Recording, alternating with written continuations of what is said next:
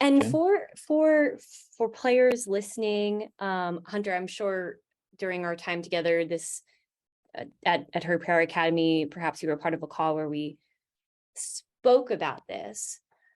But I just want to share this. So I personally experienced and found that coaches really, and they're going to be there's a huge diversity of coaches out there, right? Some are going to be very approachable, others the opposite of approachable, whatever that word is, scary, intimidating, right? Not nice, not welcoming. With that said, I have found that it only works to our benefit to ask respectfully for a conversation, to set up a time. And even though it's scary, choosing to be brave, choosing to be courageous, show up, say to the coach, Coach, thanks for this meeting. Start with the thank you. Thank you for this meeting. Thanks for the feedback you've been giving me lately on the field. I really appreciate that.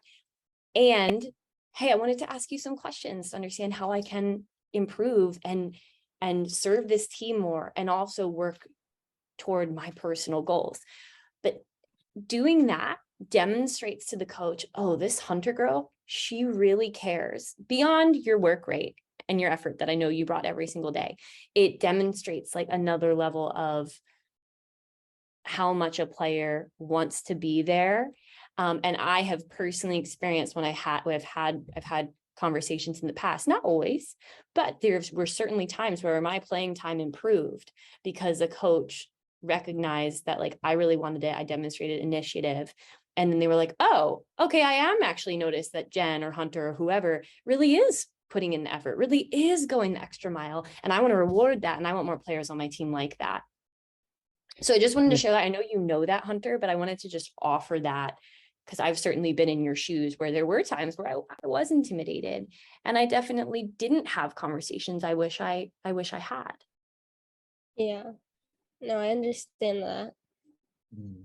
And it's also it's also not to, like there are coaches that lack massive amounts of social emotional intelligence, so they lack the ability to communicate, they lack the ability to even think they should communicate, they lack the ability to control their own emotions, they lack the ability to put themselves into someone else's shoes. And if you can have that conversation and it still goes no good, then what you've done is you've basically tried all avenues, and you've gotten to the point where you're like, cool, well, I can now choose to just stay on this team or I can leave. And it accelerates what was going to inevitably happen regardless, right? Like, oh, I can wait and stay in this pain and just like hope it changes, or I can have a conversation and then just accelerate either getting what I want, which is also going to serve the team more, or get to another team where I'm going to be more taken care of. And by the way, we're not bashing. This isn't just a focus on coaches. All humans at all ages, we all are imperfect, and we all, sometimes can do better with our emotional intelligence, our social intelligence, our communication, our emotional control, all of that. So we do love our coaches.